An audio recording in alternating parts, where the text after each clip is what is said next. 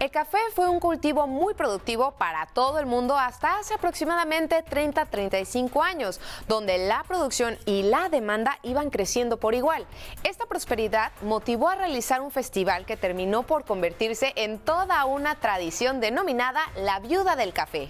Sí, la viuda era una costumbre que los finqueros tenían y que luego incluso hasta los beneficiadores lo hacían, lo patrocinaban, por decirlo así, por lo cual se acababa la cosecha y hacían una ceremonia que pues, en algunos lugares había hasta misa, etcétera, pero era un banquete, era una comida, había bebida, desde luego, ¿no?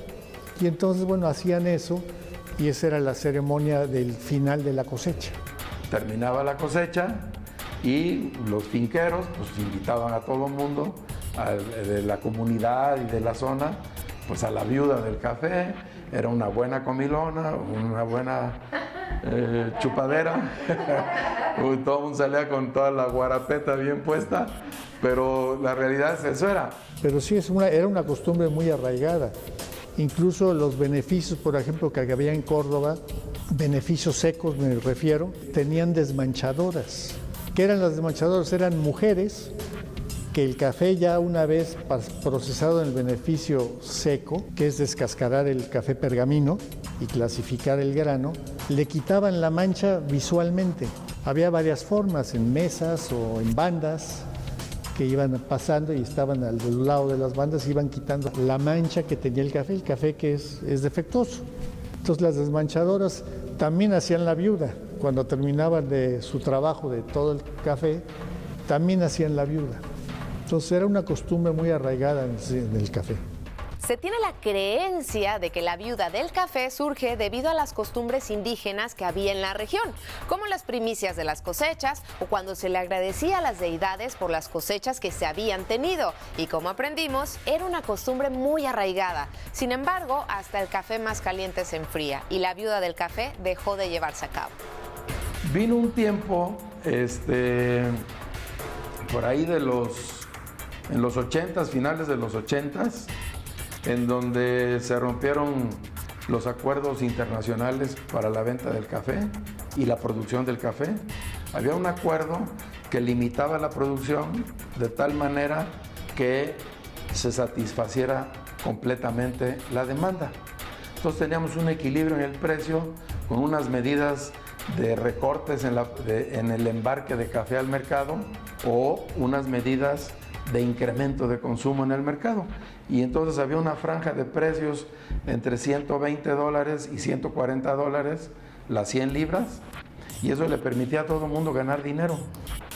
Pero de repente, como le hacemos muchas veces y básicamente en Latinoamérica, Brasil, Colombia, Centroamérica y México, empezamos a subir la producción y empezó a acumularse café sin poderse mandar al mercado internacional, porque todos teníamos cuotas para mantener ese equilibrio. Y de repente, como no hay express, ¿no?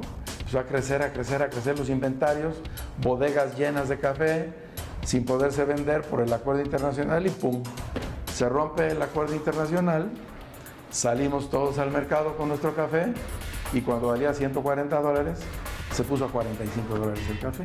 Entonces, se acabaron los cafetales, la gente dejó de invertir, muchos cambiaron sus cultivos del café por caña de azúcar, otros hasta por limón. Entonces se nos cayó la producción nacional. En aquel tiempo teníamos una producción nacional de 6 millones de sacos.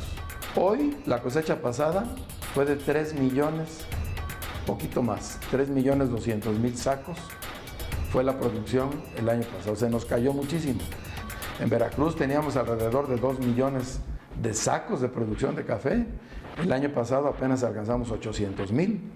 Entonces, pues se ha caído muchísimo la producción del café. Fincas grandes como había antes en las haciendas no las hay. En Chiapas podemos hablar de fincas más grandes.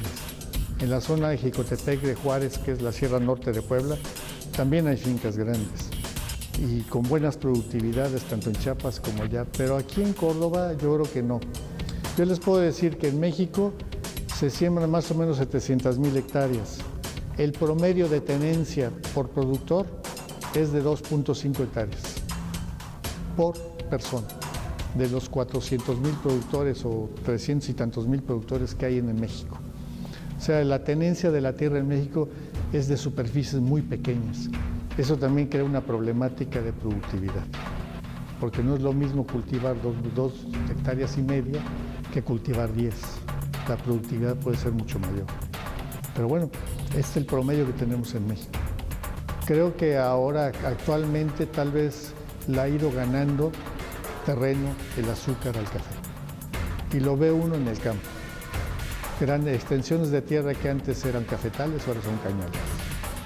Ahí lo ve uno. Los que transitamos a veces seguido por el campo, pues se va uno dando cuenta cómo va cambiando el panorama, ¿no? Ahorita con la tristeza que hay de precio de café, mucha gente ya está pensando en voltear las tierras, como decía, y sembrar caña. O sembrar otra cosa, a ver qué. En la zona, por ejemplo, de Izhuatlán, etcétera, la zona de Fortín hacia Huatusco, y hay mucho chayotal. Que el chayotal también implica meter tendederos y quitar todo lo que hay de cultivo y de árboles, ¿no? Pero bueno, ese es otro tema que también ha entrado como un factor en la zona, porque también en el municipio de Córdoba hay chayotales.